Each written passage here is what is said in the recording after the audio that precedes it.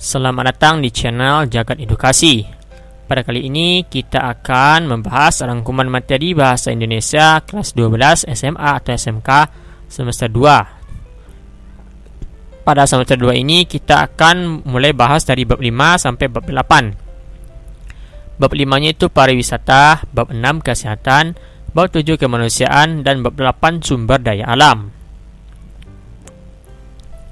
Oke, kita mulai dari bab 5 yaitu peristiwa.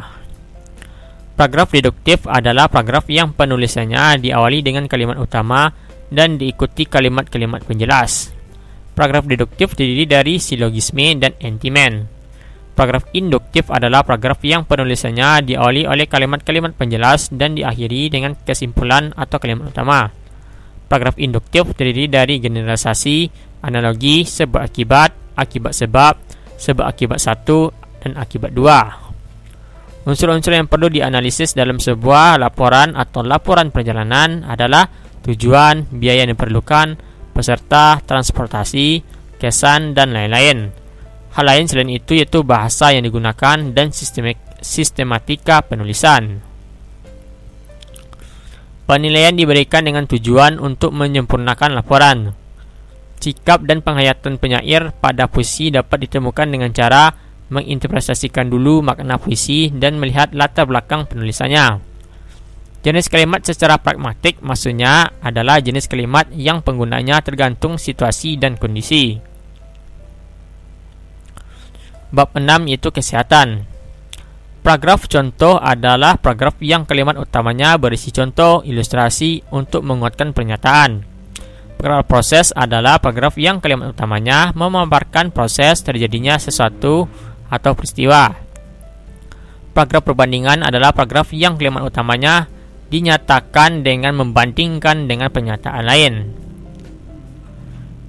Untuk menjelaskan program kegiatan harus mengemukakan unsur secara rinci dengan kalimat yang jelas dan disertai bahan pendukung untuk memperkuat program kegiatan. Unsur-unsur pementasan drama ialah naskah, pemain, sutradara, panggung, tata rias, tata lampu, tata panggung, tata kostum, dan penonton. Beberapa makna dalam bahasa Indonesia ialah sinonim, anonim, homonim, homofon, homograf, meluas, menyempit, ameliorasi, peyorasi, sinestesia, dan asosiasi. Bab 7 itu kemanusiaan. Makalah adalah tulisan tentang pokok permasalahan yang dibacakan di depan umum atau sering dibuat untuk diterbitkan. Struktur makalah terdiri dari pendahuluan, pembahasan, penutup, dan daftar pustaka. Membaca cepat adalah membaca dengan kecepatan tertentu untuk memahami isi bacaan. Rumus yang digunakan untuk mengetahui kecepatan membaca adalah sebagai berikut. Jumlah kata yang dibaca dikali 60 sama dengan titik KPM atau sama dengan hasilnya KPM, waktu baca. Oke, KPM itu adalah waktu baca atau per detik. Nah, unsur-unsur dalam naskah drama adalah tema, amanat, plot, karakter, dialog, latar, bahasa, dan interpretasi. Prosa naratif atau cerpen atau novel terdiri dari unsur-unsur pembangun tema, tokoh, plot, dan perawatakan tema merupakan pokok pikiran yang dijadikan dasar pengarang. Tokoh adalah pelaku dalam cerita, sedangkan perawatakan merupakan gambaran karakter tiap pelaku. Plot merupakan alur dalam cerita yang memiliki hubungan sebab akibat. Drama Indonesia dengan warna daerah artinya drama yang memiliki kekhasan sendiri dengan menampilkan budaya dan tradisi daerah, mengusung kebudayaan daerah tertentu.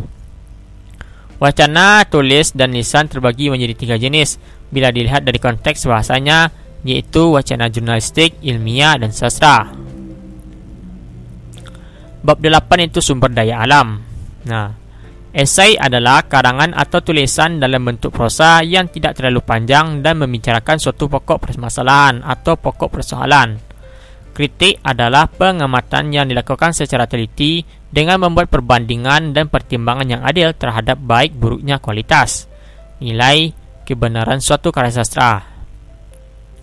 Prinsip penulisan kritik adalah sebagai berikut: membuat sinopsis, menginterpretasi karya, memberikan kritik atau yaitu kelebihan atau kelemahannya. Prinsip penulisan esai adalah sebagai berikut. Yang pertama, membuat sinopsis. Yang kedua, memberikan pandangan dari sudut pandang penulis. Untuk menilai unsur-unsur dalam drama tradisional atau terjemahan, hendaknya dimulai dengan membaca, memahami, dan menganalisis unsur-unsur dalam lakon drama dan mempertimbangkan nilai-nilai yang ada. Membacakan pidato tanpa teks harus memperhatikan. Pertama, menentukan topik pidato. Yang kedua, membuat kerangka terlebih dahulu. Yang ketiga, mencari bahan pendukung dan menguraikannya di depan audiens. Yang keempat, lafaz yang jelas. Yang kelima, intonasi yang sesuai. Yang keenam, penghayatan yang tepat. Dan yang ketujuh, bahasa yang komunikatif. Bahasa yang digunakan dalam tindak berbahasa harus memperhatikan situasi dan kondisi yang diajak berbicara agar pesan disampaikan.